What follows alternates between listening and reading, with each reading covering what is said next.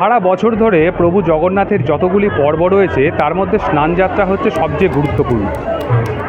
কারণ কথিত আছে এই স্নানযাত্রার দিনেই প্রভুর দারুমূর্তিতে প্রাণ প্রতিষ্ঠা করেছিলেন স্বয়ং ব্রহ্মা। ফলে এই দিনটিকে প্রভুর আবির্ভাব দিবস হিসাবেও গণ্য করা হয়।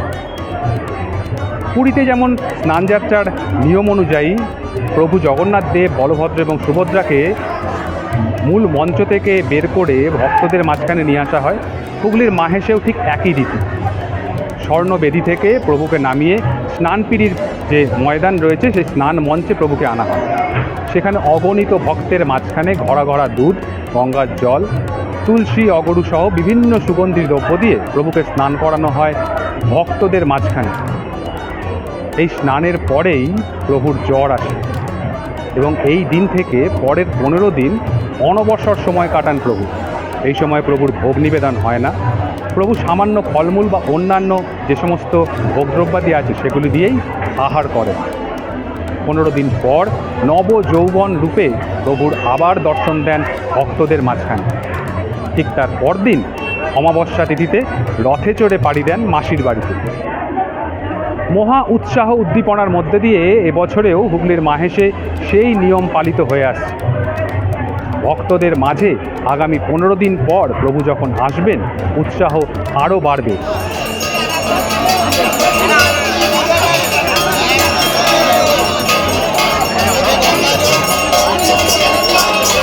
প্রভু ভক্তের ভগবান। প্রভুর জন্য শুধু ভক্তের হৃদয় কাঁদে না, ভক্তের জন্য প্রভুর হৃদয় কাঁদে। তাই তিনি নিজের স্বর্ণবেদী ছেড়ে নেমে আসেন ভক্তের মাঝে। আর স্নান যাত্রা দিয়ে যে উৎসবের সূচনা হয়, এই স্নানযাত্রা নিয়ে বিভিন্ন লোকশ্রুতি শোনা যায়। কথিত আছে ভগবান নির্দেশ দিয়েছিলেন সিন্ধুকুলে অক্ষয় বটবৃক্ষের উত্তরে সর্বতীর্থময় কূপ আছে, যার জল সূর্যরশ্মি স্পর্শ করে না। সেই কূপের জল সোনার কলসিতে ভরে তাতে দুধ, চন্দন, আতর, হলুদ, ফুল সহ স্নান করানো হয় ভগবানকে। জলানোর সময় পুরোহিতদের নাক মুখ ঢেকে রাখতে হয় যেন তাতে নিঃশ্বাস অবধি না পড়ে। 108 কলসি জলের মধ্যে 35 কলসি জগন্নাথ দেব, 33 কলসি বলভদ্র দেব, সুভদ্রাকে 22 এবং সুদর্শনকে 18 কলসি জল দিয়ে স্নান করানো হয়। শঙ্খ, বাদ্য সহ বৈদিক মন্ত্র উচ্চারণের মাধ্যমে স্নান পর্ব সম্পন্ন হয়। স্নানের পর প্রভু গণপতি বা হাতি বেশ ধারণ করে। স্নানের পর প্রভু লোকচক্ষুর অন্তরালে চলে যান।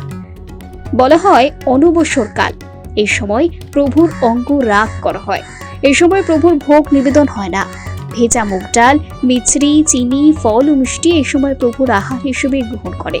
স্নানযাত্রার দিন থেকে 15 দিন পর প্রভুর নব যৌবন উৎসব হয়। তারপর দিন হয় রথযাত্রা উৎসব। Bureau report, Jajba 24 Bangla.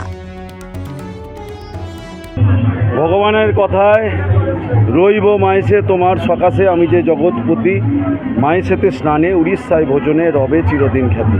মাইসে স্নানযাত্রা সবথেকে বিখ্যাত, এটা ভগবানের কথাতেই উল্লেখ পাওয়া যাচ্ছে।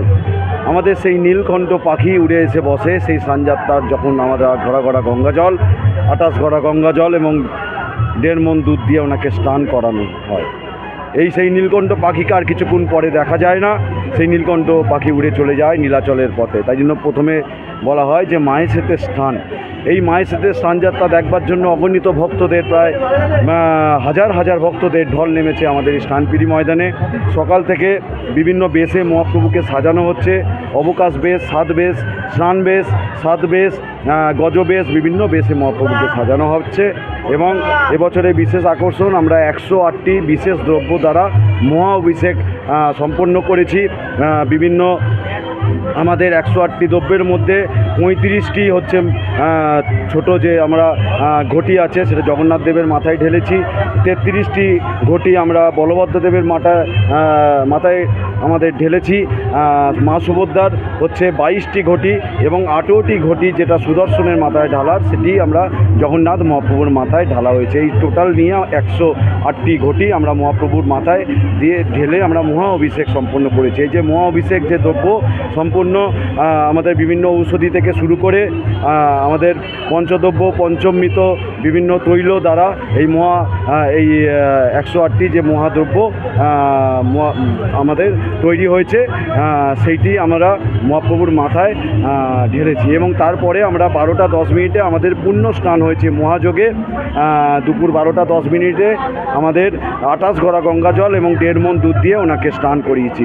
এত এবছরে আমি যা দেখছি আমি যে এত দুধ আমাদের যে চিরাচরিত রীতি অনুযায়ী যে 1.5 থেকে 2 মণ দুধ দিয়ে স্নান করাতে হয়, কিন্তু এবছরে দেখছি প্রায় 4 মণের ওপর দুধ হয়ে গেছে। এত দুধ ঢেলেছি যে এত ভক্তদের দেওয়া দুধ এবং সেই পুরনো রীতি অনুযায়ী সেই কুমোর পরিবারেরা সেই সাঁড়াসাঁড়ি বানে সেই জল তুলে রাখে, সেই কলসির মধ্যে কলাপাতা মুড়ে সুগন্ধি দিয়ে সেই 1 বছর সেই জল যে রেখে দেওয়া হয় সেই জল দিয়েই মহাপ্রভু স্নান করেন। তাই জন্য এবছরে দেখছি আরও যত দিন যাচ্ছে যত বছর বাড়ছে মাহেশের ভক্ত সংখ্যা কখনোই কমছে না, মাহেশের ভক্ত সংখ্যা দিনে দিনে বেড়ে যাচ্ছে। কারণ সবাই এই 629 বছরের যে প্রভু আমাদের, যেহেতু প্রভু তো পাল্টানো হয় না, স্বয়ং চৈতন্য মহাপ্রভু এই প্রভুকে স্পর্শ করে পুজো করেছেন। স্বয়ং রামকৃষ্ণ ঠাকুর থেকে শুরু করে মা সারদা, ভক্ত কবি গিরিশচন্দ্র থেকে শুরু করে রবীন্দ্রনাথ ঠাকুর, তাই এই প্রভুকে স্পর্শ করবার জন্য অগণিত ভক্তদের ঢল নেমেছে আজকে এই স্নানযাত্রায়। আগামীকাল থেকেই প্রভুর দরজা বন্ধ হয়ে যাবে। এই সময়টাকে বলা হবে অনবসরকাল। এই অনবসরকাল চলবে। আমাদের যে ভাস্কর অঙ্গরাগ সাধন করবেন, সম্পূর্ণ ভেষজ রঙে সাধন করবেন। এই সময় বলা হয় যে মহাপ্রভুর জ্বর এসেছে, আমরা মহাপ্রভুর মাথায় হাত দিলে জ্বর অনুভব করি, উত্তাপ অনুভব করি ওনার। এবং আগামী 24শে জুন আমাদের 10 মিনিটের জন্য ঝটিকা দর্শন হয় সন্ধ্যা 6টার সময়, এবং 25শে জুন শুক্লা অমাবস্যা যে তিথি, এই তিথিতেই আমাদের মহাপ্রভুর সম্পূর্ণ দরজা খুলে যায়। যেমন আজকের দিনে বলা হয় জগন্নাথ দেবের আবির্ভাব তিথি।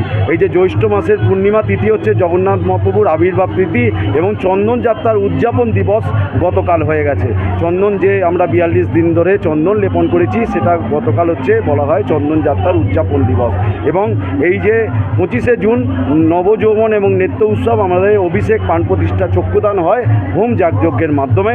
এবং আগামী 27শে জুন আমাদের 629তম ঐতিহাসিক শ্রীপাঠ মাহেশের রথযাত্রা উৎসব আমরা মহাসমরায় পালিত করতে চলেছি। মাহেশ থেকে সৌমেন রায়চৌধুরী, জজবাত 24 বাংলা।